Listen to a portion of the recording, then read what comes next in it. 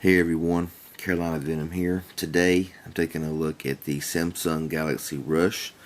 This phone is on Boost Mobile, and I'm going to tell you what I think about the phone, some of the pros and some of the cons, specs, and run some tests, and all that good stuff. So let's go ahead and get started. This phone is running Android 4.0, but it has been upgraded to Android 4.1.2. It does have a 3.5-inch display with 320 by 240 pixels at 114 ppi. It does have a 3 megapixel camera on the rear with an LED flash. Maximum video recording is 640 by 480, and it does have a 1.3 megapixel front-facing camera. It's got a 1 gigahertz single-core Scorpion Snapdragon S2 processor with 768 megabytes of RAM with 2 gigs of built-in storage, and will hold up to a 32 gigabyte micro SD card. It's got a 1750 milliamp hour battery with around 9 hours of talk time and an estimated 14.5 days of standby time. This is a 3G device, and so of course with Sprint's 3G it's not very fast, but it does do okay in good areas. On the front here, like I said, is your front facing camera. Your ear speaker here. Over here is a notification light. Down here is your menu, home, and back button. On the bottom you have your micro USB charging port. On the side is your micro SD card slot, which is always nice to see on the side of the phone. Your volume rocker, your headset jack on top, power button, and your dedicated camera key, which is always a nice touch. Your single rear speaker, camera, and flash. Phone is pretty solid, a little heavy for the size of the phone, but it is pretty solid. It does seem like it's built to last. Seriously, it does. It's a good looking phone. And it's not a bad little phone, to be honest with you. For around $60, which is what this phone costs in most areas, $50 to $60. It's not a bad little phone. It is outdated, and the screen resolution is pretty bad for like watching YouTube videos, stuff like that. It's not very good. It's pretty pixelated, and it just don't look good. It's not a very good experience to watch YouTube on this phone or nothing like that. Well, web browsing is pretty decent. It's a little slow, a little laggy, but it does seem to work, and it is manageable. The phone's overall, basic performance is pretty nice. It does have a little lag in it, but it's not bad at all. Samsung Galaxy phones have been known to be pretty smooth, in my opinion. I know a lot of expert phoners will say that they encountered a lot of lag and stuff like that. But me, I'm just a basic phone user, and I just see it like I see it and tell it like I see it. And to me, it's a pretty nice little phone to use, for basic usage, for messaging, phone calls, a few apps here and there, social media, stuff like that. It's not really intended for heavy usage, but it does seem to do okay for what the phone is and what the phone is supposed to be running. I did run 2 benchmark tests on this phone. I downloaded a new one right here. I'm not used to it yet, because it's a big difference from the regular quadrant standard.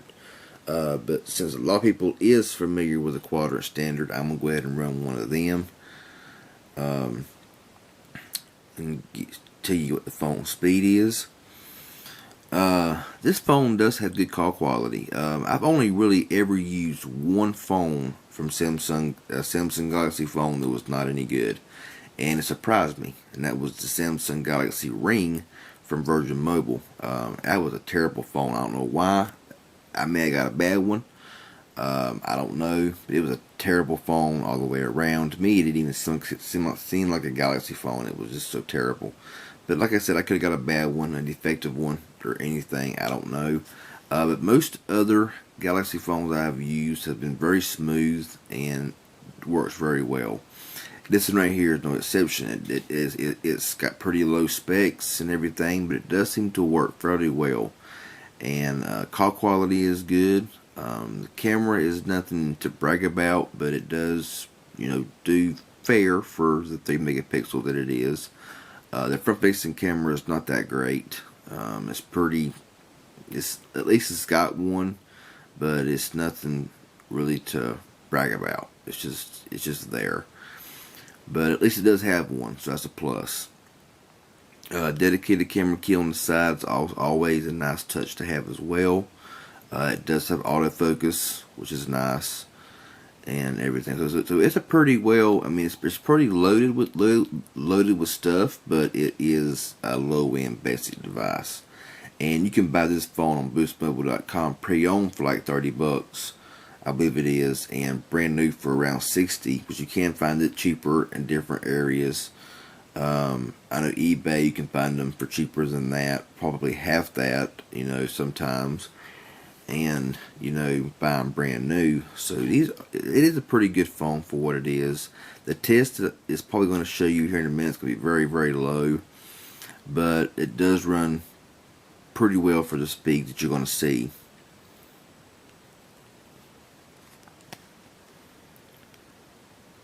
Mine's coming in at, it gets slower every time, 1887, which is is very low speed. 1887 is very, very low and everything, and that's just a pretty bad speed, to be honest with you. But it does seem to run fairly smooth, though. It does. I mean, now if I was to put in a big app and try to play it, I'm sure it would be laggy and it would freeze and stuff like that. But this phone's not really made for that kind of stuff. It's made just mainly for the basic user that wants a cheap phone with a smaller screen that's built good and going to last and everything else. It's not really for the big gamer or nothing like that. It does run social media sites pretty well. Sometimes there is some delay when pushing onto a app, but this is a cheap smartphone, so of course it's not going to be the fastest thing on the planet, but it does do okay. Messaging, it's got a pretty nice keyboard on this phone. Samsung keyboard and swipe. Of course it is kind of small for bigger or fatter hands, bigger hands. Like my thumb here is pretty big, and there's times I have some misspelt words, but autocorrection does work pretty well, so that's always a nice thing to have as well. Web browsing is also not too bad. It's not gonna it's no powerhouse by no means, but it does do okay.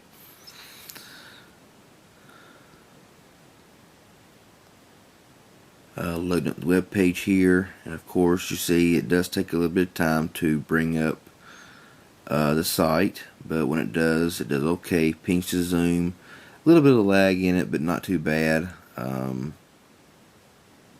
Most of the text do look pretty nice. You can see it okay. I do like a nice screen on my phone, but to me, if it looks okay and I can read it really clear, it don't matter to me. The biggest downside on this phone here, like I said, was the fact that YouTube videos was very pixelated and just don't look good. Another pretty major con on this phone here is reception. Now it's showing I got 1 bar of service, but if I try to make a phone call right now, it would not call out. And if it did, it'd be very choppy.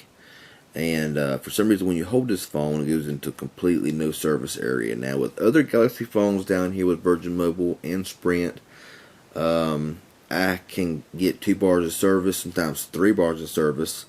Even with ZTE and Kyocera, I can get no problem. But this phone right here has a pretty weak antenna and not able to get out as clear and as I'd like for it to.